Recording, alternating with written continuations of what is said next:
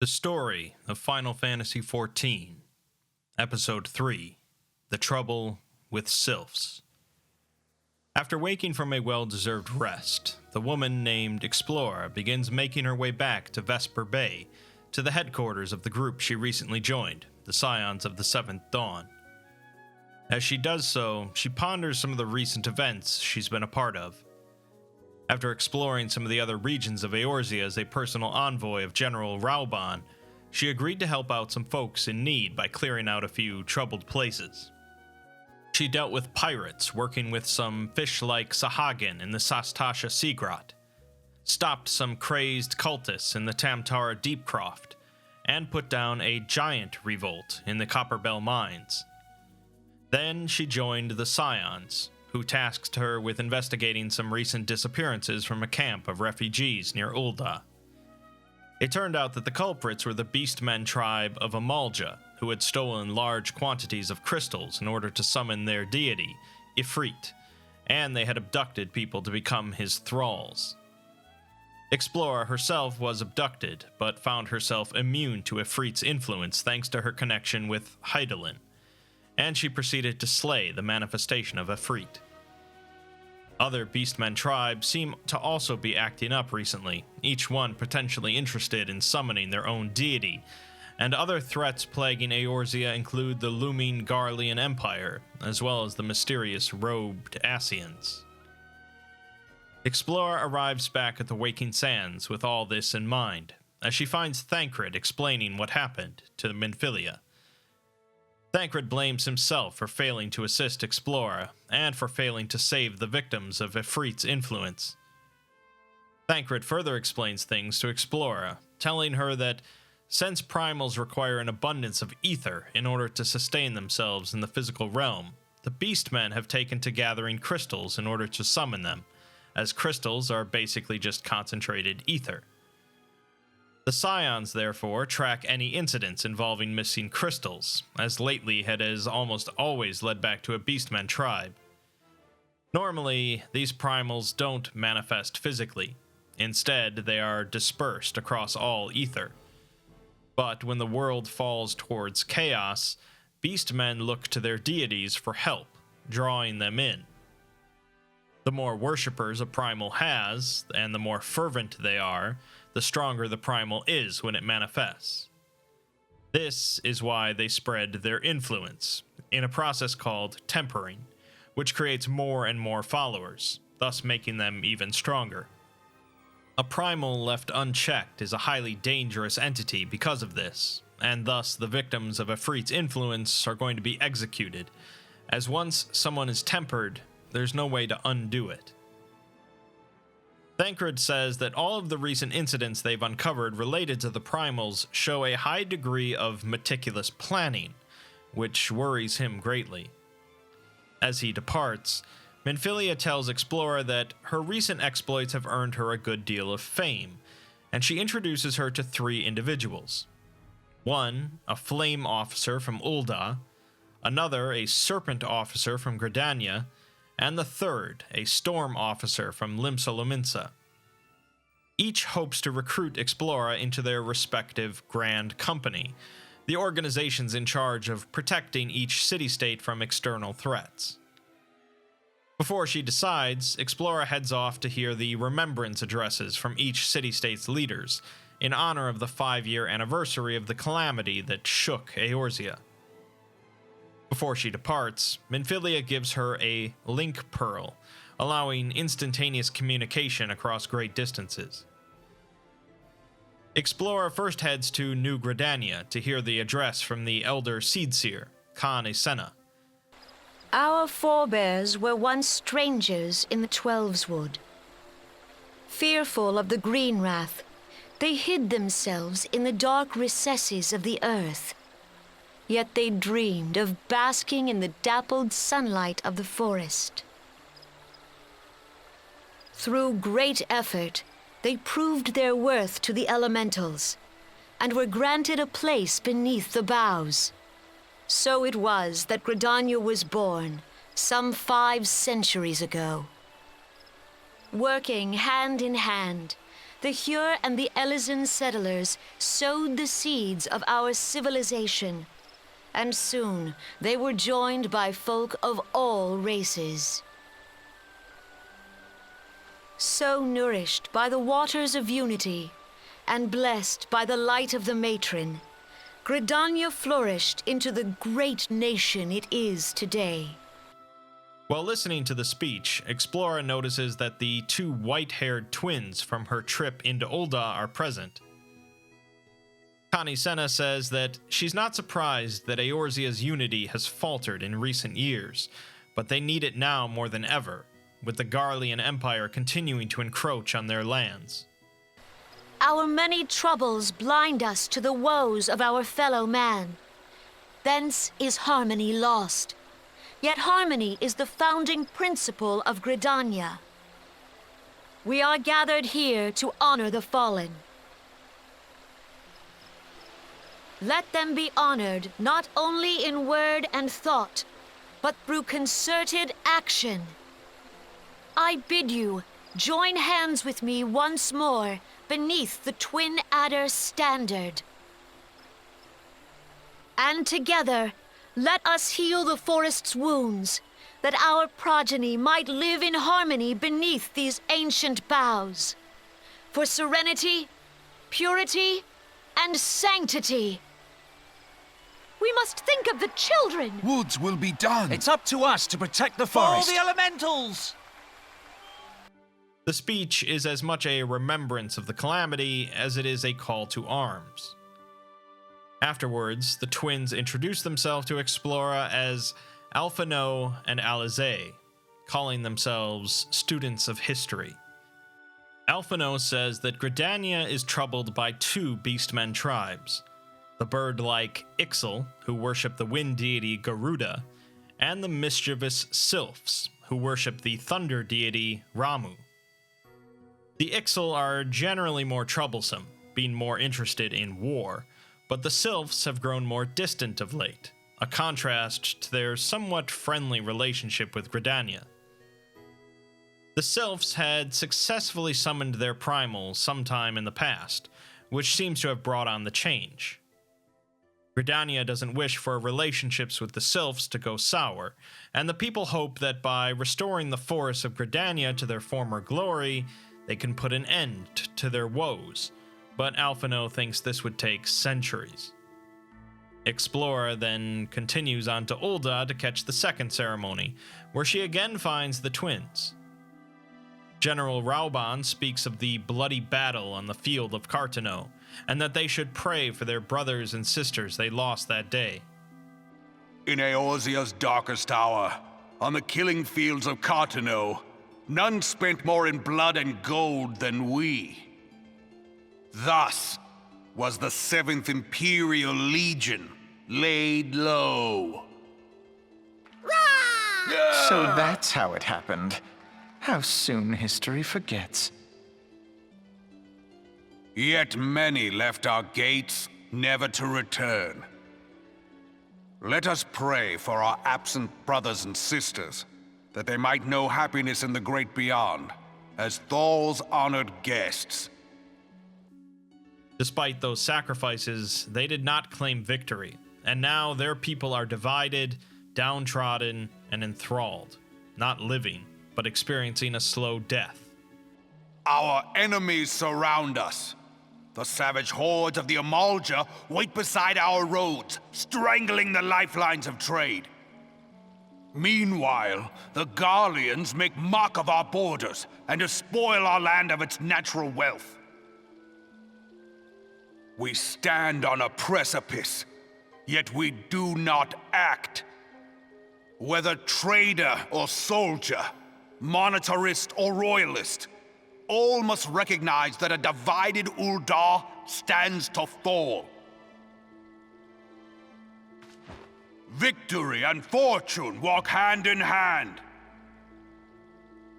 Ye who seek glory and wealth, look not to what little you can snatch from your neighbor, but to the boundless wealth of the world beyond. Now is the time to unite. Now is the time to ride forth. The Sultana, Nanamo Ulnamo, also speaks, rallying the crowd to raise the torch of Ul'dah so that her flames might serve as a beacon for all of Eorzea.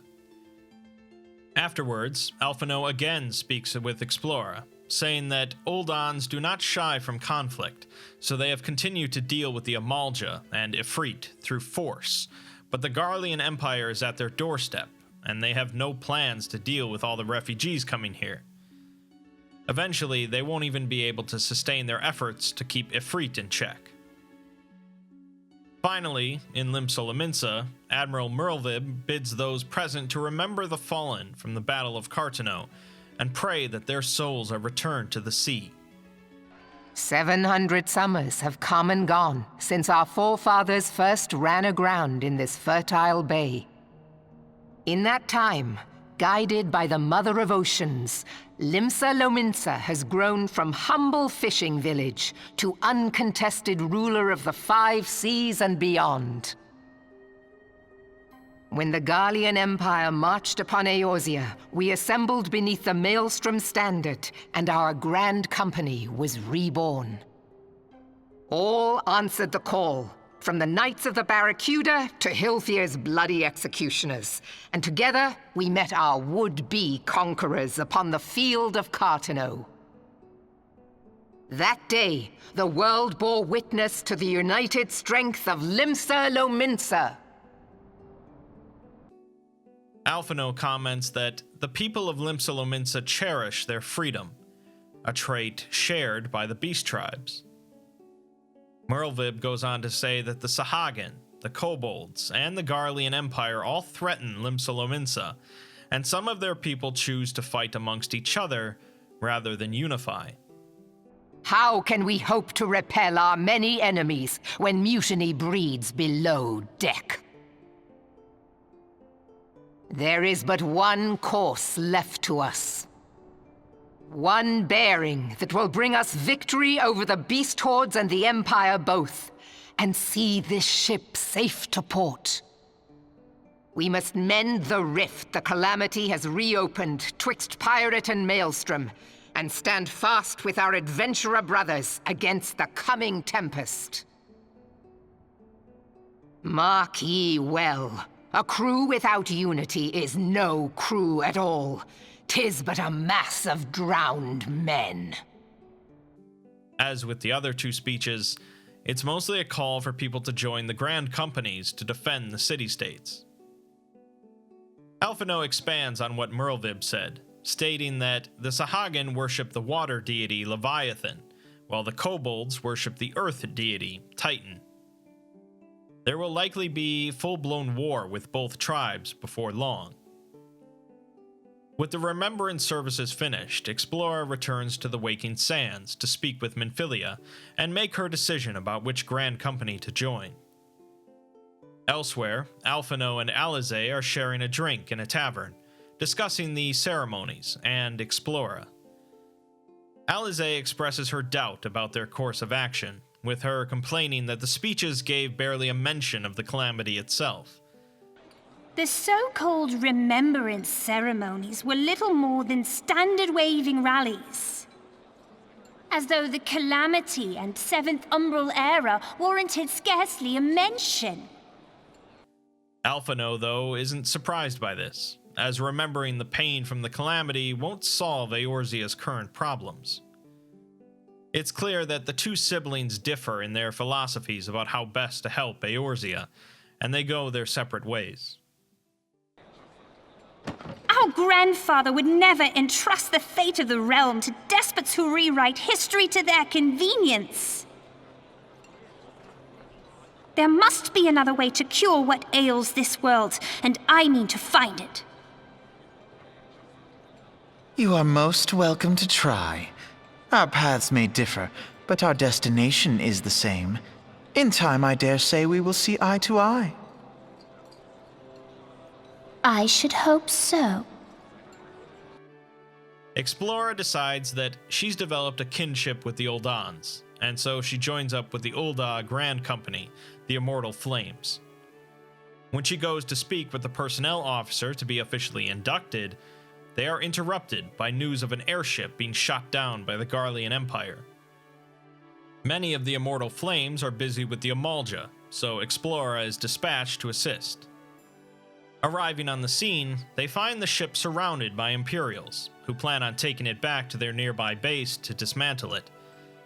One of the crew is still hiding inside, however, so the flames launch an assault, wiping out the soldiers.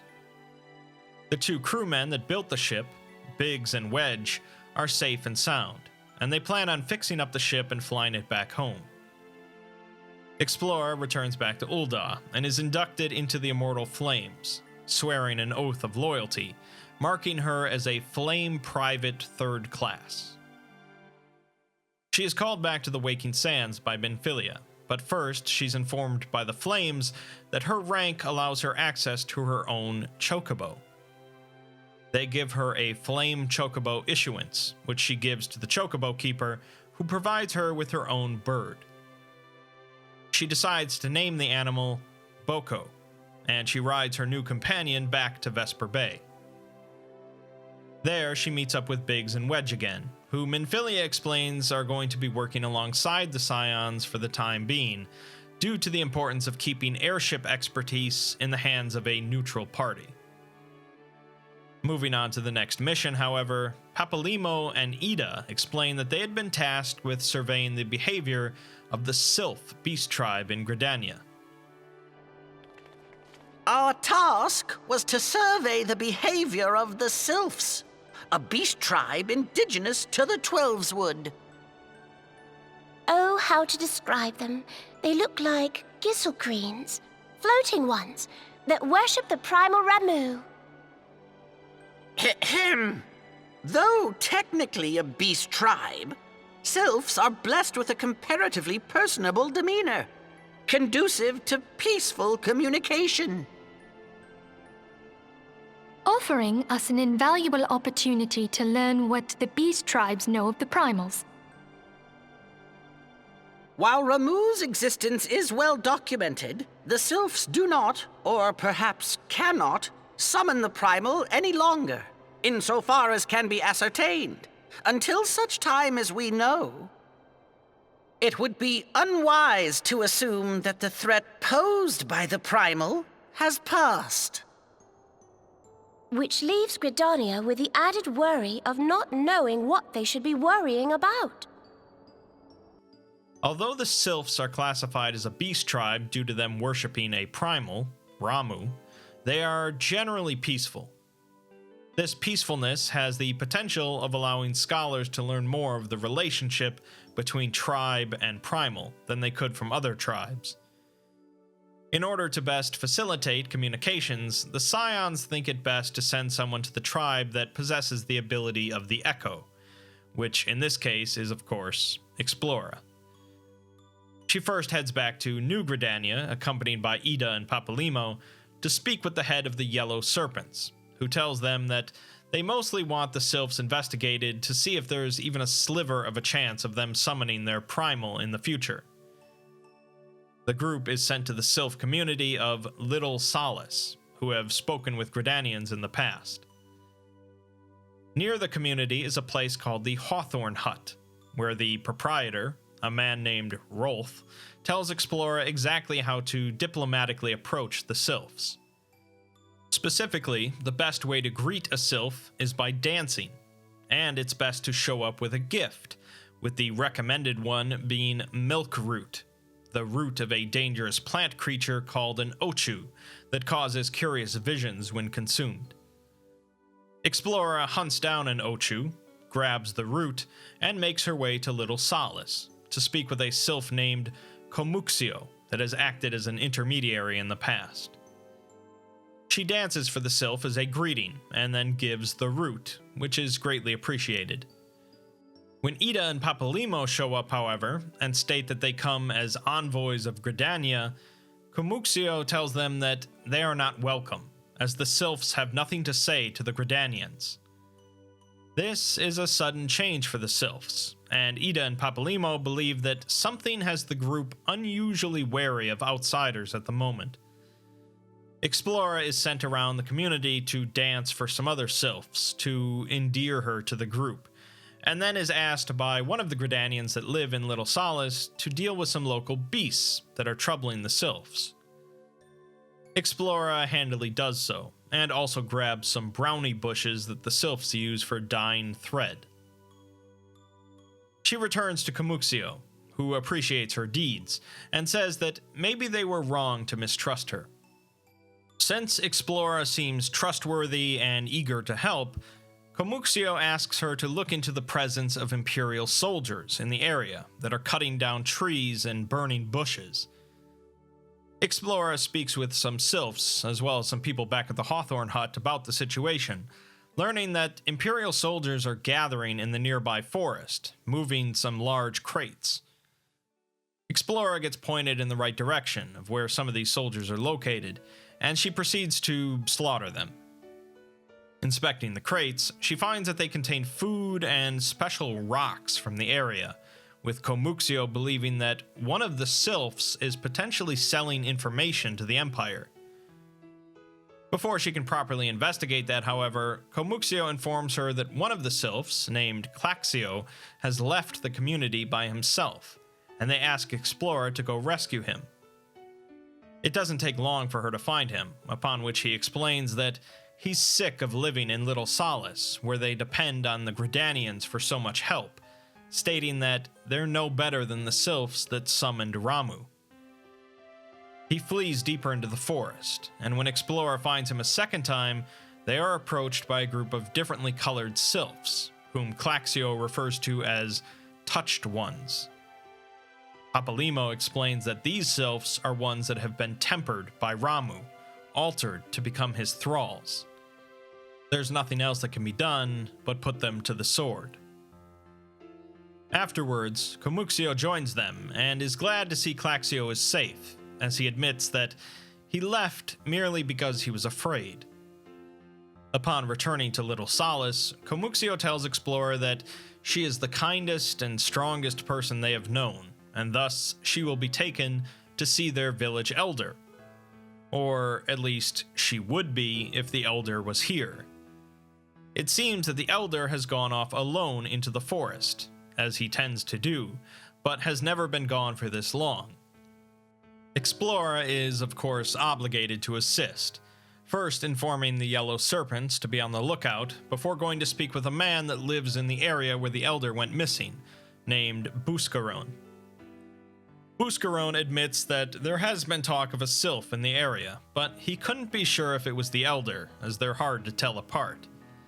While waiting to hear word from those patrolling the area, Explora helps Buscaron out with a couple tasks. After breaking up a bar fight, Buscaron asks her to find an old friend of his and deliver an earring that used to belong to him. Explora grumbles, as surely there's more important work to be done than this, but she carries out the task, first heading to Limsa for information on his whereabouts, and then traveling to a small trading post north of Aleport.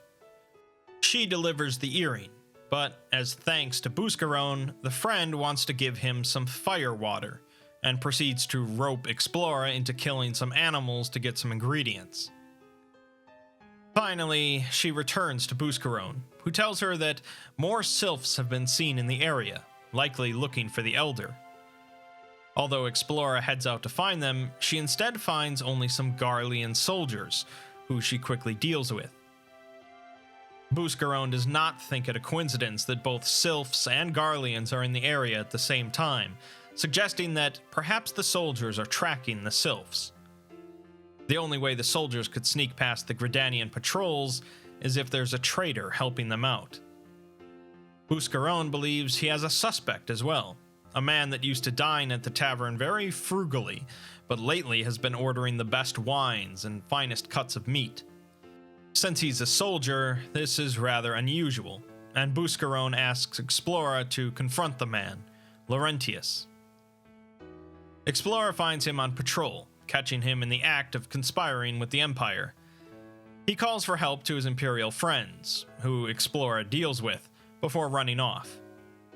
When she catches him again, he admits to being a traitor, although he says he meant no harm, merely being disgruntled that the wood whalers don't pay enough. He then says that Explorer walked right into an ambush, and tells her that no one can challenge the might of Garlemald. Explorer is joined by some other friends of Buscarone as they fight off the Imperials, capturing Laurentius alive.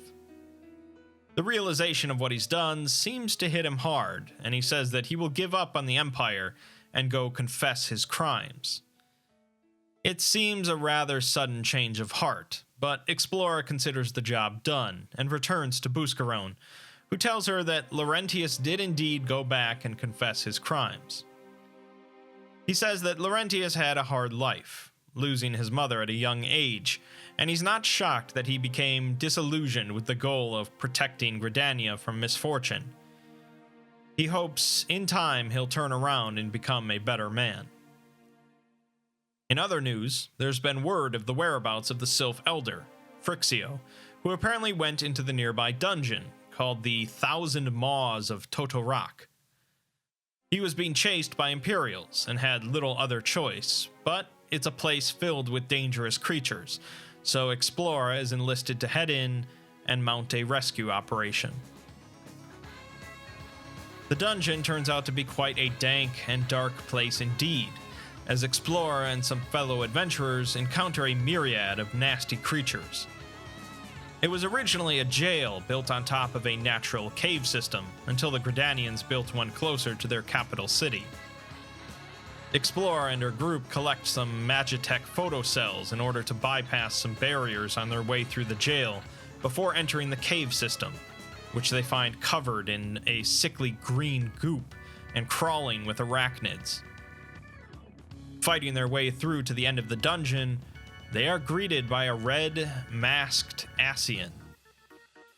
He greets Explorer as the Slayer of Ifrit, and introduces himself as La Habrea, servant to the one true God. He proceeds to mock her accomplishments as nothing more than a bedtime story for children. It is a tale to tell Eorzea's children before bedtime, and it will soon be dark, bringer of light. The Dark Minions. All that stands between this world and darkness is an irksome anomaly in the ether. The Echo. He then casts some sort of a spell on one of the arachnids, causing it to grow immensely before he disappears. The group engages the beast, which begins spewing poison across the room, and is accompanied by other scorpions. Eventually, the creature falls, and Explorer finds the Sylph Elder wrapped up in webbing, but still alive. He thanks her for the rescue, and Explorer experiences a vision of Imperials in the forest, searching for signs of Ramu, led by Nero Tolskeva. It seems he wants the Sylphs to summon Ramu for some reason, even going so far as to capture some Sylphs to force them to do it. This is likely related to him taking readings from the site of Ifrit's summoning, and he mentions that his accomplishments will surpass Lord Van Baelsar's ultimate weapon.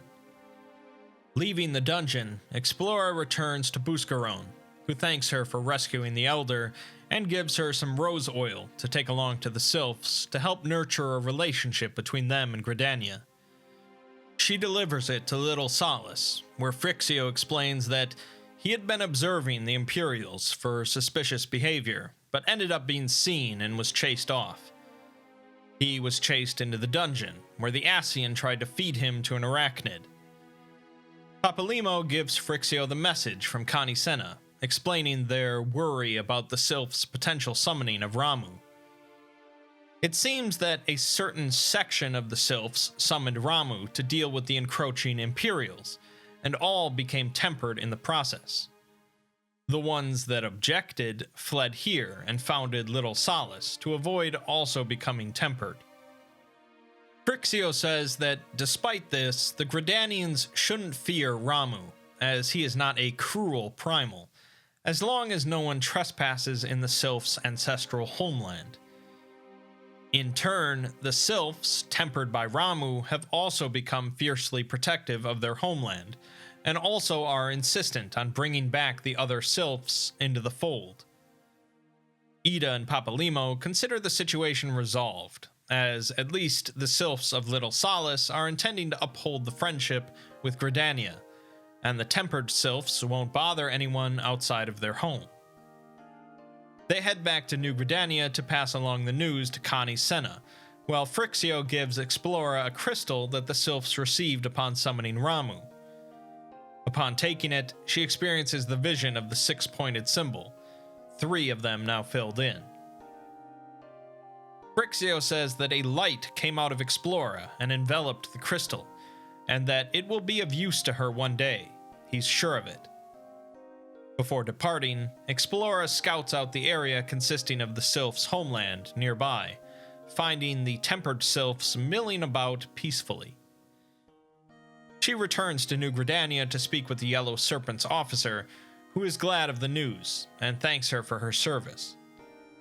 Explora then receives a call from Minfilia, also congratulating her and bidding her to return to the Waking Sands for another situation to deal with. Explora managed to solve this one without combating a primal directly, which is good, but there's still plenty of other beast tribes that aren't so friendly. What's worse is the increasing audacity of the Garlean Empire, stomping around Eorzea with their own agendas. This Nero individual seems far too interested in the summoning of primals, and his mention of some sort of ultimate weapon possessed by the Garleans is nothing less than worrisome. Additionally, these mysterious Ascians continue to pop up in Explora's path, with the nebulous but ominous goal of bringing darkness to this world. They're clearly more capable than some sort of small doomsday cult, but they're keeping their secrets close to their chest. Too many questions and not enough answers, but for now, Explora feels it's best to continue on as she has, helping out where she can.